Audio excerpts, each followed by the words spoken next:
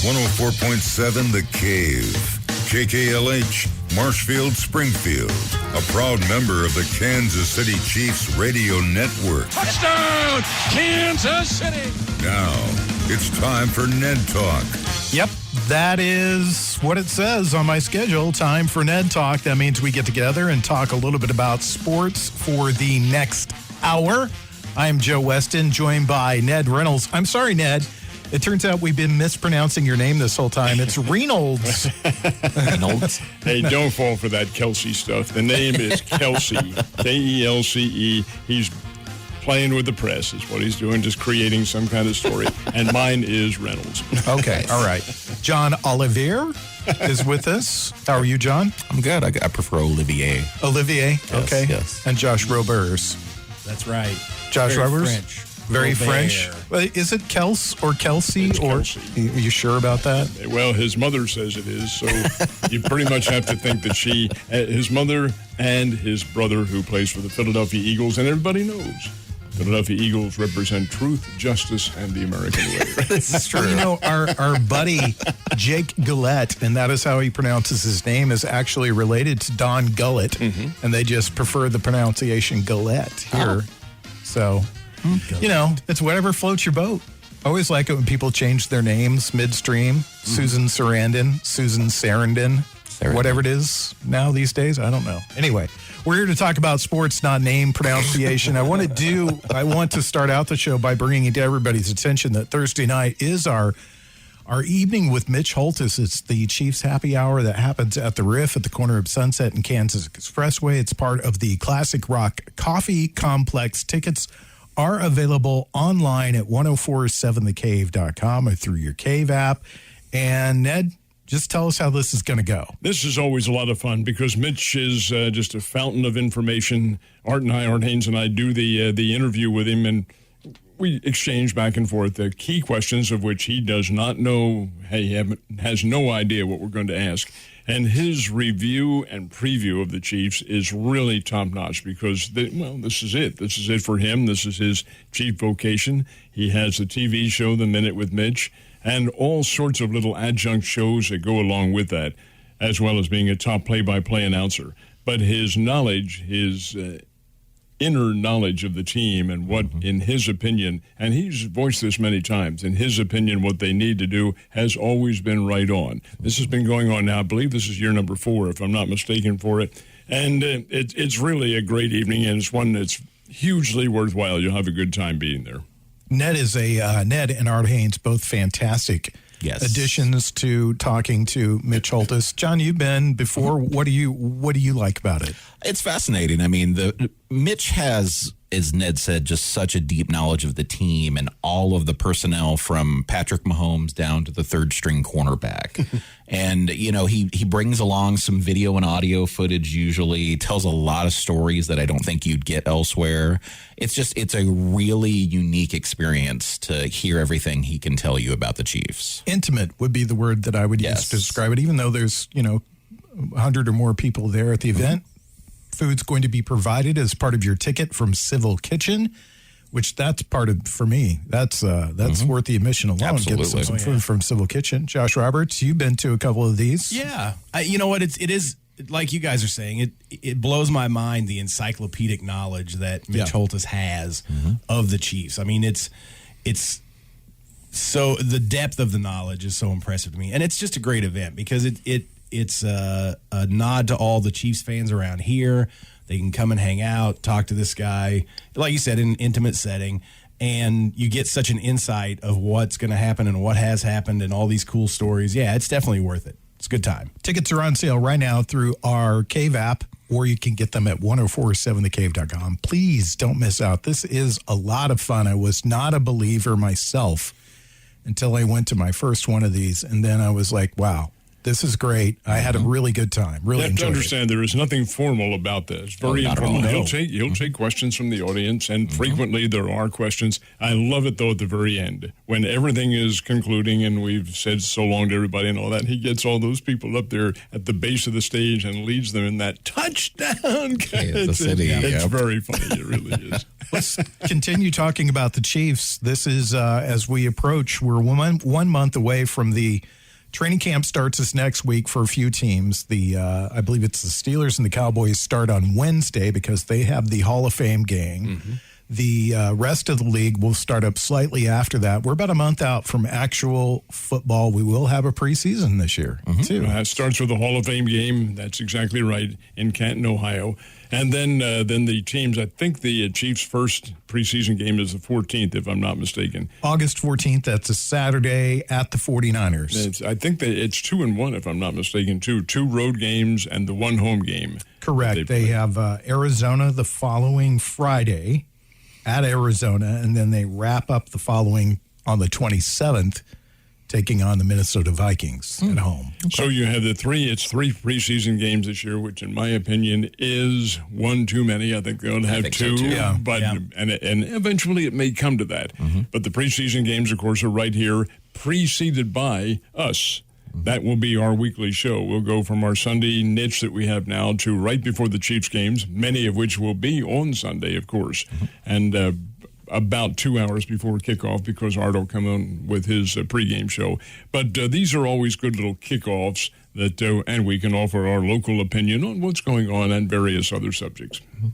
Looking over the Chiefs' schedule this season, they have one Monday night game, and that is November 1st against the New York Giants. I'm looking through I'm sure that they'll get flexed into possibly a couple of Sunday night games. They do have 2 early in the season, one against the Ravens and one against the Bills, and then they have a Thursday night game against the Chargers. But the rest of the games will be right here on the Cave on Sunday afternoons. And you guys ready for some football? Absolutely. Oh, yeah, always. Yeah, excited. So I'm sure one of the big questions that Mitch Holthus will be asked on Thursday night will be, what do the Chiefs need? I mean, obviously they've worked hard to fix their offensive line. They did pick up another defensive lineman, but it looks like they may lose a defensive lineman. And I'm going to slightly disagree with you, Joe. I think that will be the key question. Yes. What do you do with an individual who has evidently or is accused of violating the law but has not been sentenced yet? But what he has done, at least in the eyes of the National Football League, and I assume the Chiefs, although there has been no jurisdiction, no adjudication coming down from them, that's a violation of your personal conduct. And you can't have, you're carrying a concealed weapon. He didn't do anything with it. And his lawyer says, well, it was the bodyguards. Yeah, come on, that's pretty lame. But be that as it may, it is nothing that has been decided yet and won't until October 4th. Do you allow him to play in that time period? That's a key question. And over and above that, what is your fan reaction to that? And what is the overall perspective of the National Football League if you're allowing somebody like that to continue playing? I don't think the fans as a whole will have much of a negative response to Frank Clark having a weapon. I don't think that I think that to a lot of fans this is no big deal. You know, that they have weapons. I do as well. And that it's not a big deal. But I think it's interesting that the Chiefs and the NFL have both been fairly quiet on this entire issue. Well, and I'm sure they want the judicial process to play out. That's just it. That's why they're being quiet, because he has been charged with this and out on bail and all that, but he hasn't been arraigned and formally sentenced to whatever they're going to do, and he hasn't had the plea hearing on anything like that. So they really can't say anything, but they can offer some kind of league-wide discipline like, hey, until this is decided, you're not going to play, or we're going to let you play. And Joe, in my opinion, that's how human beings differ. I do have a different outlook on this because it has come to light. It is something that is antisocial, if nothing else.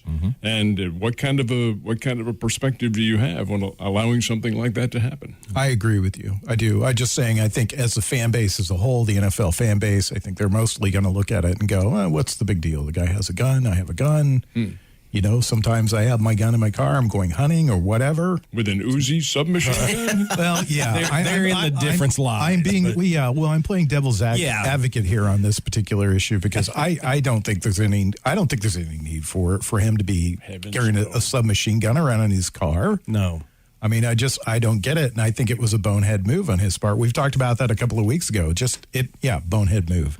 Well, and I feel like there has to be a consequence to your actions, and if the NFL says, we don't care, you can go ahead and play until the court thing rules itself, I think they're setting a bad precedent because then any player could say, well, I haven't been convicted of anything yet either. I've been accused of beating up a woman or robbing a house, but I haven't been convicted yet. It's a really fine line because you see the difference now. Frank Clark had been arrested for spousal abuse or an assault. He would probably be suspended right now. Yes. They wouldn't even allow it to go through the judicial process. But because it's a weapons charge, a victimless crime, so to speak. Well, and let's contrast this with what's going on in Major League Baseball right now. Trevor Bauer's been placed on 3 separate administrative leaves. He also has not been officially charged with anything, but it is a domestic issue. And he's completely detached from the team, canceled his bobblehead night, has not been able to participate. So I get what you're saying about the fan base, but I think it paints an ugly picture if they let him play during this. Right. I don't know. I mean, it's a really tough question. It is. I get the difference between the two charges. One is a victim crime and the way that people look at it, and I totally agree. But the other one is, but where's this going to go? I mean, and you can't predict that, and that's that part of it. And again, I'm playing devil's advocate. I think that he should have been come down on really hard personally. I think he should have been come down on hard with. And I think that allows the Chiefs to prepare for what they need to do. Mm-hmm. So whether it's a 4-game suspension, a 5-game suspension, whether he's out for the season or whatever. And another factor is, what is his contribution going to be? The Chiefs have to look at that. Heck, they may even consider cutting the guy. That's right. They'd be responsible for some of his salary, but not all of it. I think it would fall into the dead cap space circumstance that does exist here. But by the same token, though, you have to really take the public perception into mind. And I think the league does that because you don't want, as you guys were saying, that thought process that we're going to allow anybody to play. What is this? And you can't have that. You can't have that lack of identification with a team. No, and I feel like the NFL has had so many black eyes lately with the way that they've handled those situations. They need to get it. They need to get on the right page with it. You know, even if if you're accused of a crime, you're suspended until we figure out what's going to happen. I think that's probably the best policy if they truly want to clean up what's going on. I mean, it's silly to me that they just let these guys go back on the field pending their arraignment, you know?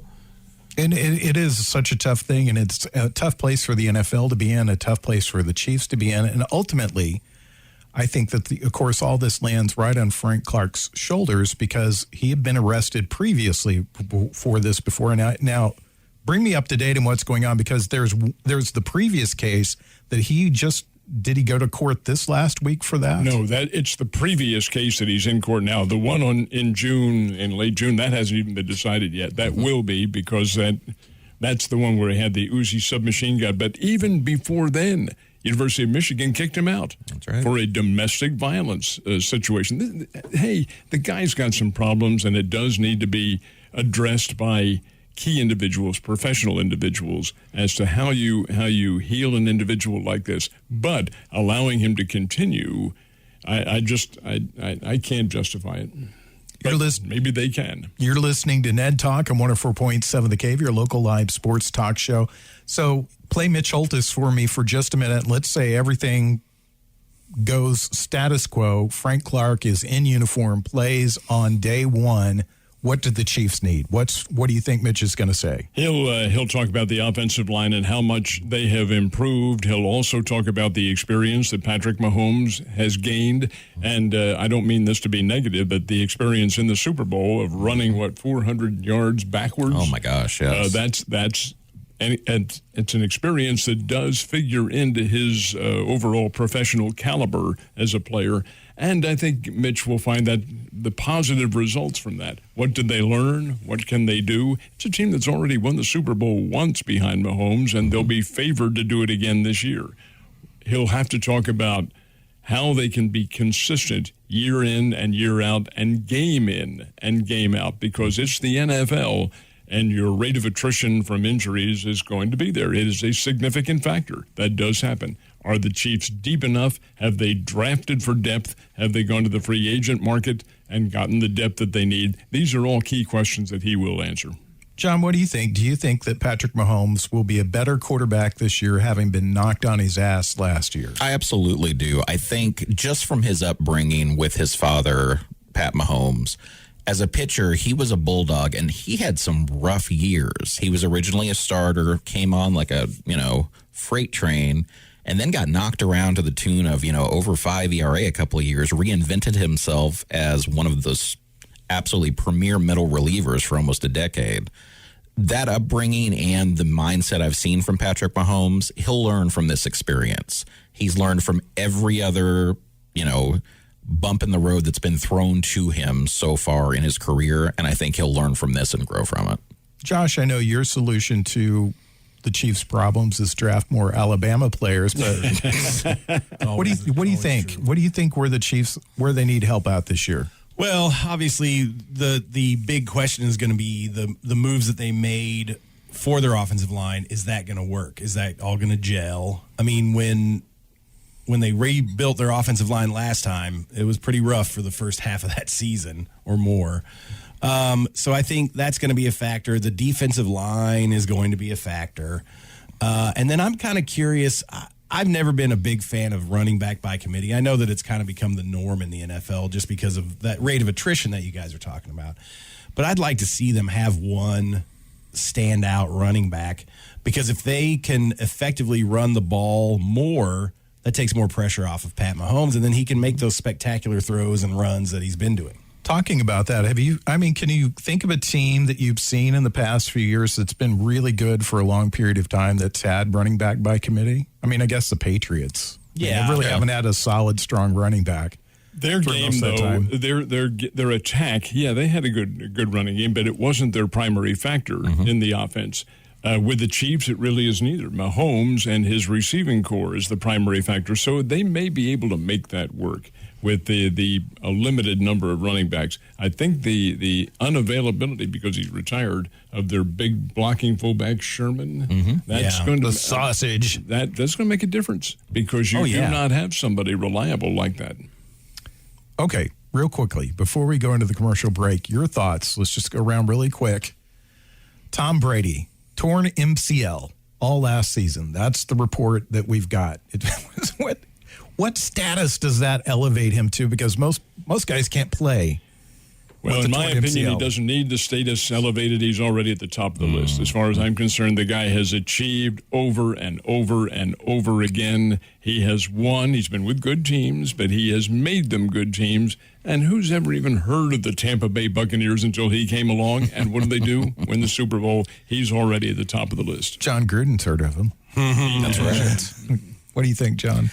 I think it just adds to the mystique. I mean, I know a lot of people hate the guy, but you cannot deny what he has done on the field. Couple of hands shut up in the air in the studio. What about you, Josh? He's a liar.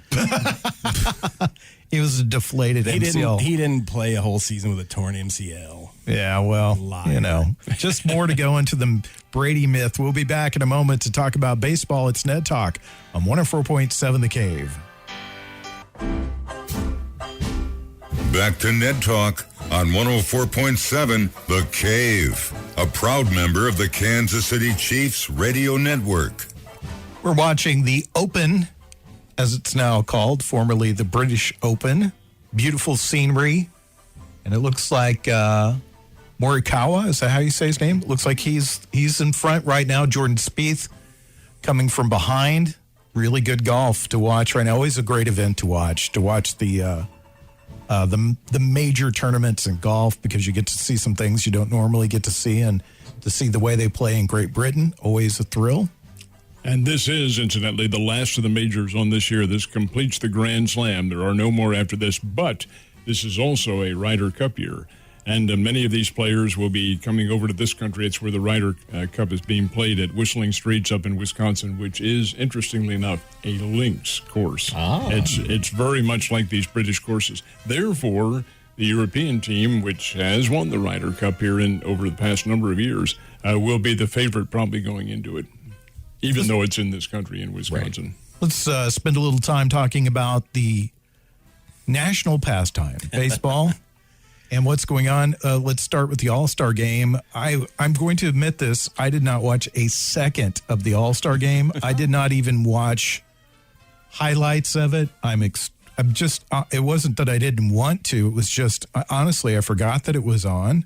I got home from work about 8 o'clock that night. I forgot it was on. I was in bed by 9, so I didn't see any of it. Any impressions from the All-Star game? Well, I didn't see a whole lot of it either, but and that says something. Let's stop right there. Well, not really. I'll explain to you in just a second. I actually was watching, even though it preceded it by about 2 hours. I wanted to watch USA basketball and see how they played. But the All-Star Game's TV ratings are the lowest ever this year. There were over 8 million viewers. That's a lot of viewers. But in terms of past All-Star Games and past impacts, and the shows, TV shows, other impacts on the viewers, it's very low, and it has continued to drop.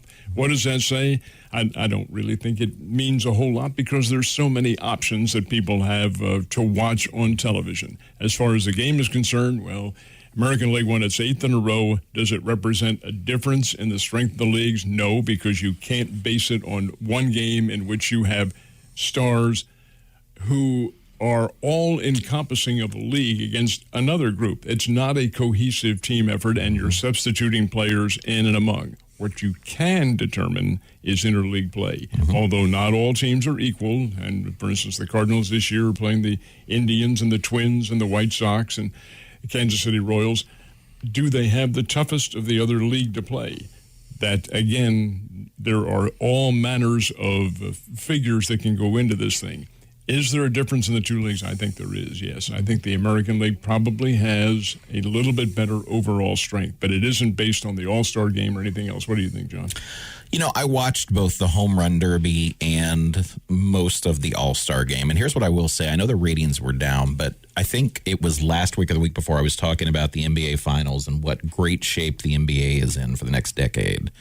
Baseball's got that same look to it. With the Home Run Derby, Pete Alonso put on a show. He was bobbing his head. He brought his own soundtrack that they played during his at-bats. He absolutely put on a show, and Shohei Ohtani did very well in the Home Run Derby. So those two young guys, getting to see them.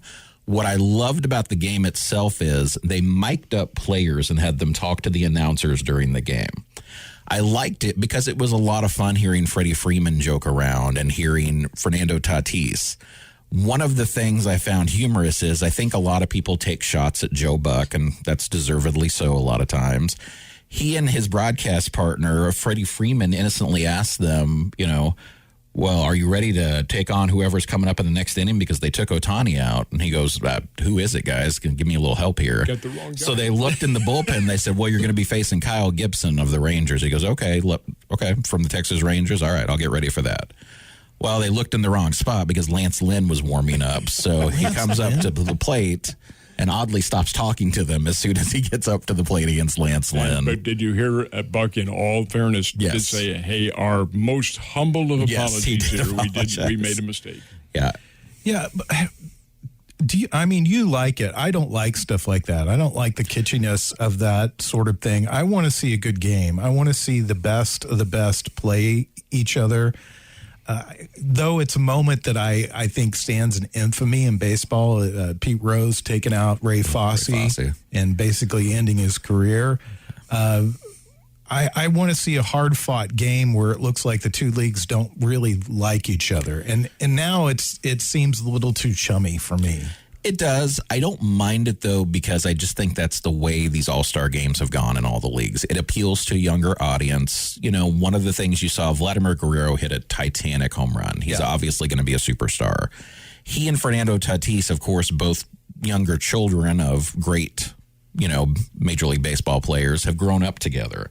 And so they had Tatis mic'd during Guerrero's at-bat, and they were talking to him. And when Guerrero hit that home run, Tatis just stopped and put his hands on his head and started laughing.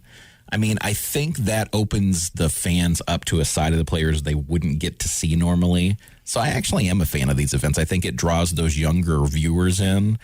For guys like us, Joe, I agree with you. I want to see a competitive game, but it's not always about us. It's about trying to create new fans and build their interest in the game. Wait, I think you're saying I'm old? No. No, but I am, and I will tell you how it impacts me. When I was a kid growing up, the All-Star Game was the focal point of that particular week. Mm-hmm. Furthermore, there was only one day removed and one day prior to in which there were no games. They resumed on Thursday. Now they give them the whole week off, except for two teams who didn't play, as it turns out.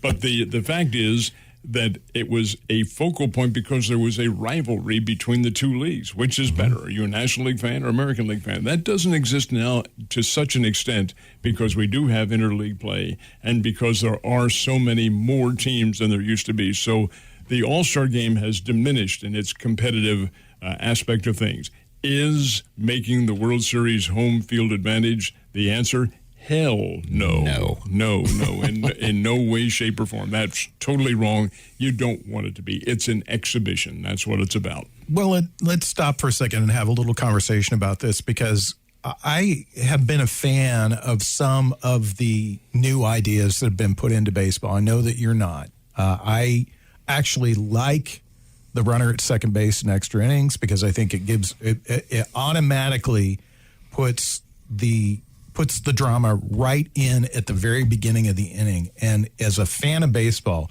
I don't know how many games I've watched, especially over the last decade, where you basically watch the order go up there and everybody's swinging for the fence to try to end the game on one swing. Mm-hmm. So I like the fact that there's a single wins a game. A single can determine the outcome of the game.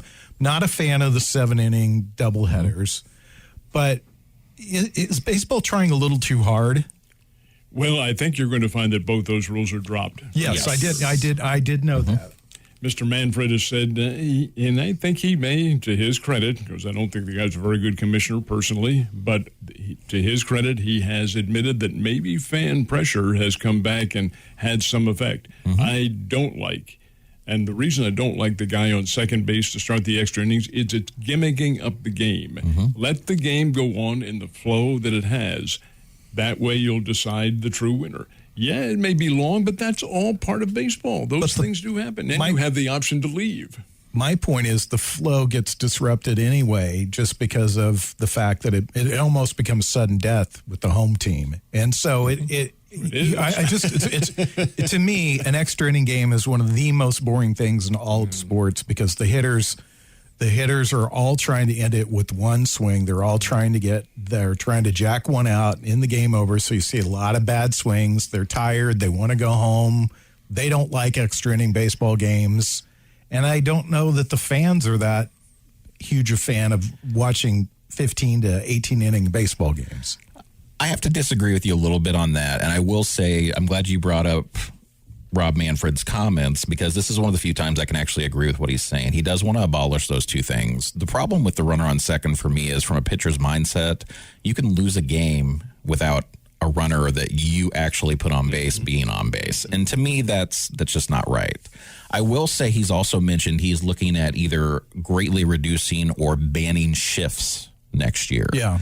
And that's where I think those extra inning games will become more entertaining because I think guys are going to be forced to start hitting the ball again instead of this launch angle swing for the fences stuff. I think you'll see guys realize, hey, if I can hit 330, I can really do something here now that they don't have three guys on the right side of the infield against me. Well, I think that's a mentality, though, it's going to be hard for that to go away. We may not see that go away for a generation of baseball because you see guys that all they have to do to hit 300 is hit the opposite way, and they've refused to do it. Well, I think you're seeing a bit of a change in the minor leagues now because while they have not banned the shift, they have banned where the players can play on the shift. In other words, the second baseman, instead of going out into short right field, is now on the infield. He's got to play on the dirt, and then the other infielders can pull around and play on the dirt as well. Still leaves, in the case of a left-handed batter, still leaves the right-hand side completely open. And why the batters haven't taken advantage of that, I do not understand. Is it because they're old and can't absorb a change? Matt Carpenter, for instance, my God, the entire left side of the field is wide open. Lay down a bunt, and he has, to his credit, a couple of times now. That's how you solve this. Or, and you guys are too young to remember the late Wally Moon, athletic director at John Brown University down in Siloam Springs, when he was with the Los Angeles Dodgers. He developed the moonshot specifically for playing in the Coliseum. He changed the swing and lofted balls over the screen in the 250-foot left field seats. Hey, that's how you do it. You change your swing. Yadier Molina is a prime example of an individual who can swing late and smack balls right through the right side of the infield. You change your strategy. These guys aren't all one direction players. You can do that sort of thing. That's hitting to me, is learning. Well, yeah, I mean, and that's why I don't feel like they need to ban shifts or anything. I mean, if you're not good enough to hit opposite field, why are you in the major league? Thank you, sports fans. That's true. Exactly right. And if you're getting out every time because they're shifting to the area that you hit, hey, get with your batting coach and work on hitting opposite field. But we've talked about this before. There's a lot of guys, it's ego that goes on.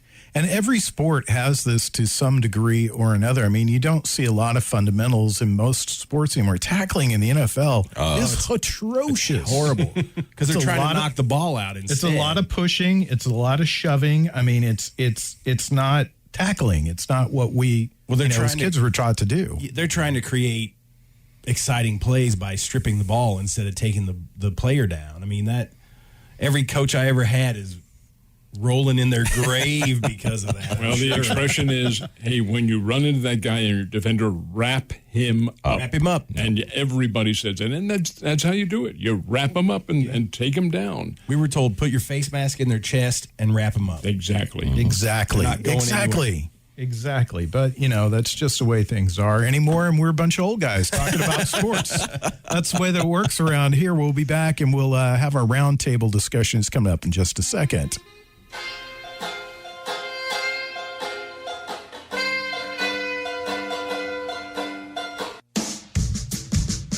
Back to Ned Talk on 104.7 The Cave.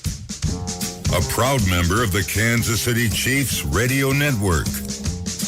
Congratulations going out to Colin Morikawa. He wins the Open. Going away. Jordan Spieth did not come back. 15 strokes under. Jordan Spieth finishes 13 strokes under. So congratulations to him. $11.5 million goes into his bank account. So congratulations. Also his second major. He's also a former PGA champion, and he's 24 years old. Here's a guy who may be, and he's a fine player, may be the next kind of focus point or focal point of the PGA Tour now. The British Open is not a PGA event; it's a universal event. But all the top level pros play on this. But he completed. And this is the end of the Grand Slam events now. There are no more after this year. But the fact is that Morikawa is a really, really fine player. He's shown his skill every single tournament in which he plays. He's a deserving winner. This ended. Louis Oosthuizen had the lead going into this one by one stroke over, I beg your pardon, 2 strokes, I think it was, over Morikawa.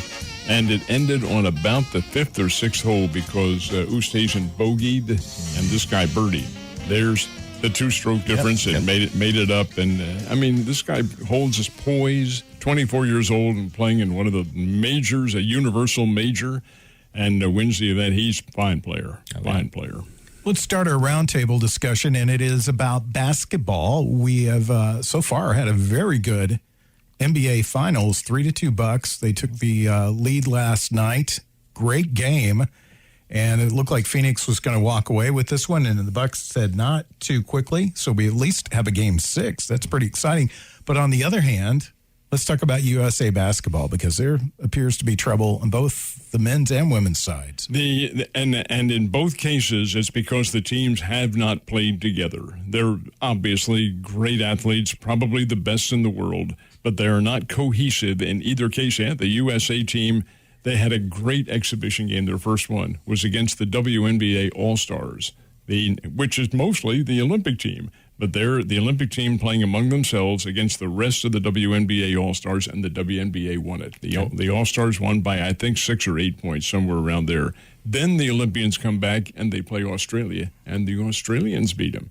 Oh, horrors. Well, our men's team loses to Nigeria, which is mostly NBA players, and then loses to Australia, which is a very fine basketball team, older, but a fine team nonetheless. That's why I'm especially anxious to see the game that they play tonight against Spain, because the Spanish team is the reigning world champions. They won it 2 years ago, and these are all essentially the same players. They're all NBA guys. Ricky Rubio and Paul Gasol and Marc Gasol, and who are Spanish citizens, and they're playing for the team along with Hernan Gomez, who is Minnesota Timberwolves. I think Rubio is a Timberwolf too. Anyway, they're mostly NBA players, but they have been together. They're playing as a unit. How can our team, which has some very fine players, compensate for that? This is a big game coming up tonight. John, you're a resident basketball expert. Your thoughts? It's going to be interesting, and I do have that nervous feeling that this is going to be a huge letdown this year. Bradley Beal is officially out for the Olympic Games. That hurts this team, and I think Ned hit it on the head. You're seeing when we get to the off season in other countries, these guys stay in touch. They work out together. They understand each other. When you look in the NBA, it is the era of super teams. Whether you're talking about the Miami Heat with Bosh, Wade, and LeBron, whether you're talking about the Golden State Warriors with Curry, Thompson, Green, and Durant. And now you saw it this year with the Clippers, who made a great run. Those super teams, those signings are done long before the season starts. They have time to pick up on each other's strengths, weaknesses. They have time to gel. Waiting this long until after the NBA season is over, these guys do not have a chance to play as a team. It's not Greg Popovich's fault by any means. He is a superb coach. He is doing what he can, but right now you're seeing it live and in person. You have 15 individuals playing a game. This is not a team, and they're going to have to get it together very, very quickly, or we're going to see the U.S. bounce. And, John, I'm in complete agreement with you, and I'm not so sure that's not going to happen. Yes, we have the better athletes, but they are not together. Case in point was their game against Australia, and in some respects, the Nigeria team. Nigeria outquicked them and played defense, in-your-face defense.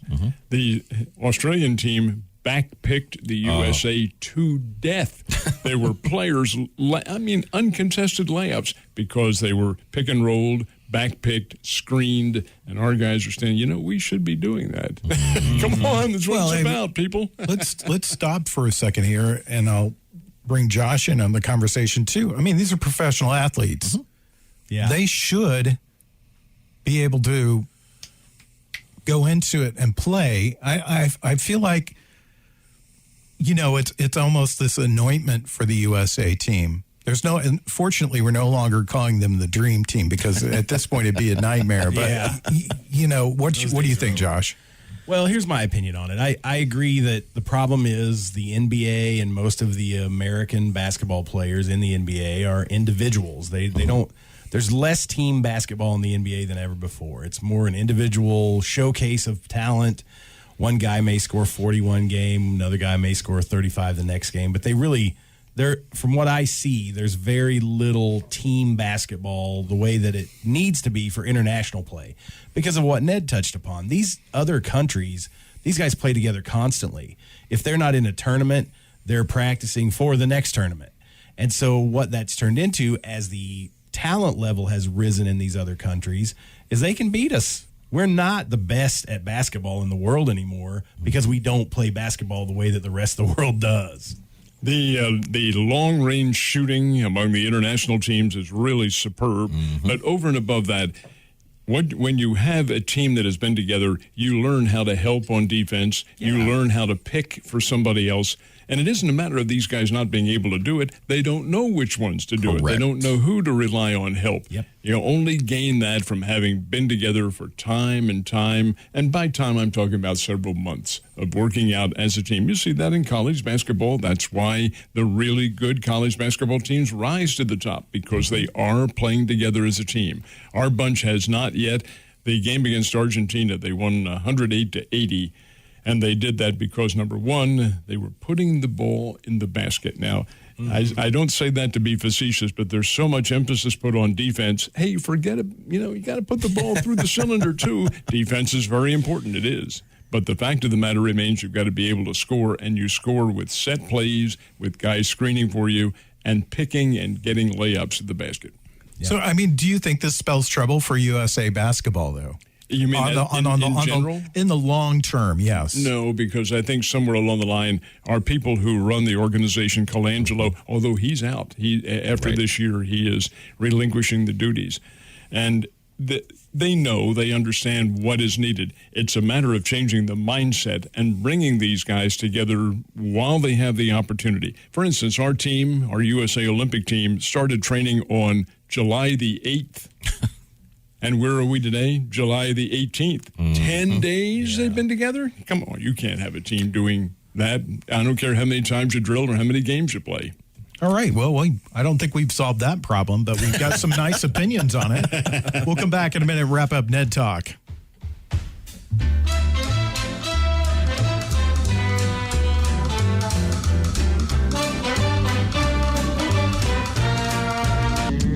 Back to Ned Talk on 104.7 The Cave. A proud member of the Kansas City Chiefs Radio Network. We're about a month away from the start of the NFL season, which means that we will be doing the pregame shows, and that will be on Sunday. The first few games are, of course, the preseason, and those will be on Saturday and Fridays when we'll be doing those shows.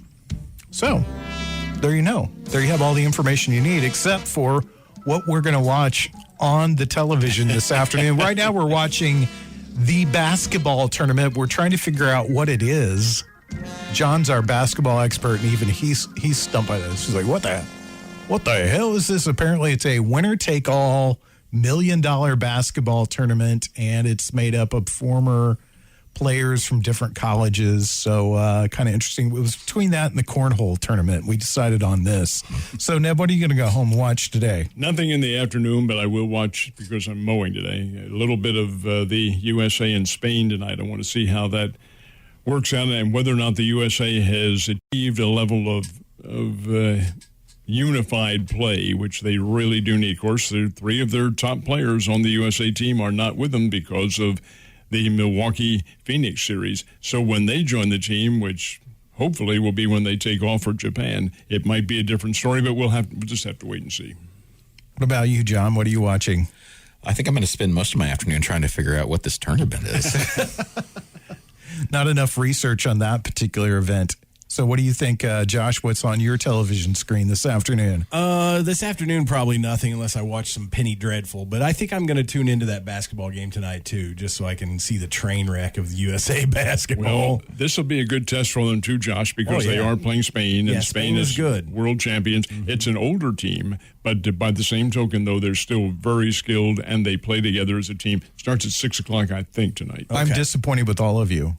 Yankees and Sox. I mean, that's a rivalry right there. The rival. Well, it looks like it's turning into a rivalry again. The Yankees won their first game all season against the Red Sox. They're 1-12 now. Well, we'll have to watch it to see whether or not any fan throws the ball back on the field at a player. That'll be great. Yeah. Well, you know, classy Yankees. The old days of baseball were kind of like that. Well, it'll be interesting to see the retribution when we head to Fenway Park, because, Red Sox fans and Yankee fans are about equally classy. Oh, yeah, you're right. Well, no, I would say that Yankee fans are a little classier, honestly. I've been to facetious about Fenway that. Park, and I'm not a fan of the Red Sox. All right. Well, there you have it. That's what we're watching. We'll be back in 1 week with another edition of Ned Talk right here on 104.7 The Cave. Thanks to Corbin Campbell, Scott Meyer, and Mike the Intern. Listen to us as a podcast. We'll see ya.